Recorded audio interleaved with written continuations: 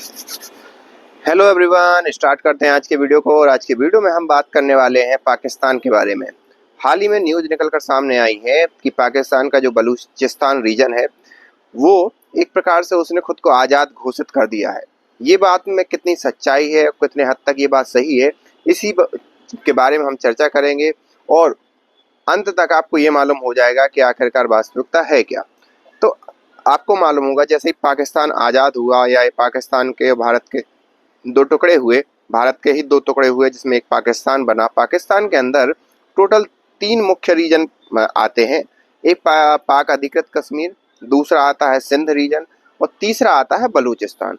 बलूचिस्तान वाला जो रीजन था, वहाँ पर जो रूल कर रहे थे उस समय लोग, या जो लोग वहाँ पर रहते थे, जो वहाँ जिन्ना ने उनको अलग किया था, उस पाकिस्तान को अलग किया था, तो जिन्ना ने समझौता किया कि भाई साहब आप हमारे अंडर रहिए, हम आप पे कब्जा नहीं करेंगे और आपकी स्वायत्तता को बरकरार रखेंगे। लेकिन वो उन्होंने बाधा खिलाफी की और फिर बाद में जाकर जिन्ना ने न केवल उनको बलूचिस्तान के रीजन को पाकिस्तान के साथ मिलाया, बल्कि उन पर अत्याचार स्टार्ट कर दिए। अत्याचार कैसे कि वहाँ की जो मिलिट्री थी, पाकिस्तान के सिंध प्रांत की मिलिट्री, वो जाके बलूचिस्तान के अंदर कितने भी लोगों को मार दे, कितने भी चीज़ों को कुछ कर दे, लेकिन उन पर किसी भी प्रकार का केस या कोई भी एक कार्रवाई नहीं होती थी। उसका परिणाम ये हुआ कि जो वहाँ बलूचिस्तान है, बलूचिस्तान के लोग पहले से ही एक प्रकार से खफा थे कि आपने हमारे साथ धोखा किया, और दूसरा धोखा ही नहीं किया बल्कि आपने अत्याचार करने स्टार्ट कर दिए।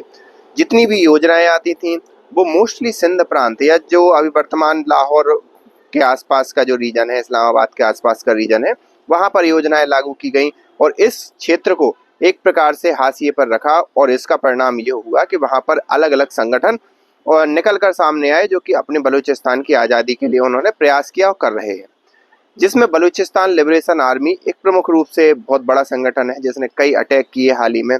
और अभी उसी संगठन ने यह दावा किया है कि 85% का जो हिस्सा है बलूचिस्तान का, जिसमें महत्वपूर्ण जो ग्वादर पोर्ट है वो भी आता है, पाकिस्तान का बहुत महत्वपूर्ण पोर्ट है वो भी आता है, तो वो सारा जो 85% है वो बलूचिस्तान आर्मी ही रूल कर रही है।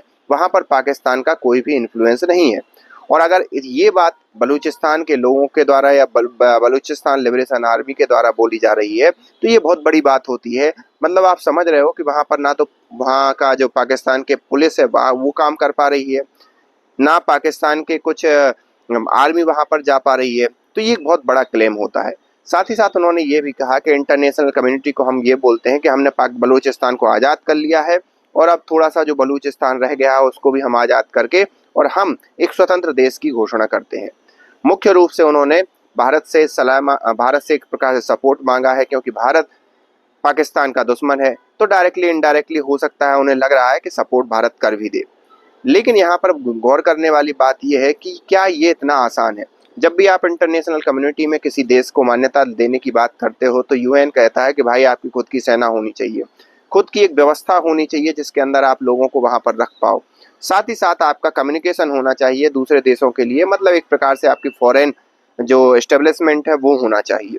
तो बलूचिस्तान के पास जो वर्तमान बलूचिस्तान जिसने खुद को एक बलूचिस्तान पाकिस्तान से अलग देश घोषित किया है, उसके पास ऐसा अभी ठोस कुछ है नहीं। रही बात भारत की, तो भारत भी अभी डायरेक्टली इनडायरेक्टली उसमें वो इंटरफेयर नहीं करेगा। वो बात अलग है कि वो भारत के हित की ही बात है। लेकिन यहाँ पर एक और बात गौर करने वाली है कि चाइना का जो प्रोजेक्ट था one road one belt initiative, तो उसका जो रूट है वो पाक अधिकृत कश्मीर से होते हुए ग्वादर पोर्ट की तरफ जाता था। और चाइना ने ये सारा रूट हो सकता है इस हिसाब से डिज़ाइन किया हो कि कल के दिन अगर मान लो खुदा न खास्ता कोई अनहोनी होती है चाइना के साथ, तो चाइना ये वाला रूट करके अपनी जो सप्लाई है उसको कंटिन्यू रख पाएगा। तो इससे ना केवल अगर बलूचिस्तान आज़ाद हो गया है या बलूचिस्तान आर्मी पाकिस्तान को एक्सेस नहीं दे रही है, तो इससे ना केवल पाकिस्तान को नुकसान होगा बल्कि चाइना को भी इससे नुकसान होने वाला है।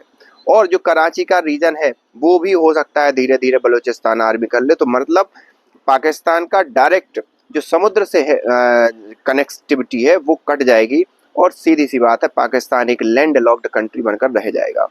आप इस बारे में क्या सोचते हैं, आप हमें कमेंट करके बताइए। मिलते हैं नेक्स्ट वीडियो में। और अभी कुछ इससे रिलेटेड अपडेट आता है तो उस पर ज़रूर बात होगी। लेकिन एक बात सही है कि बलूचिस्तान लिबरेशन आर्मी आज की डेट में बहुत स्ट्रॉन्ग पोजीशन में है कंपैरेटिवली अगर देखा जाए पहले की। पीओके में भी बहुत बड़े बड़े संगठन या वहाँ पर आंदोलन हो रहे हैं पाकिस्तान से आज़ादी के लिए, और अगर पाकिस्तान इस प्रकार से 3 टुकड़ों में विभाजित होता है तो पाकिस्तान ही जाने कि उसका क्या होगा। मिलते हैं नेक्स्ट वीडियो में, तब तक के लिए धन्यवाद।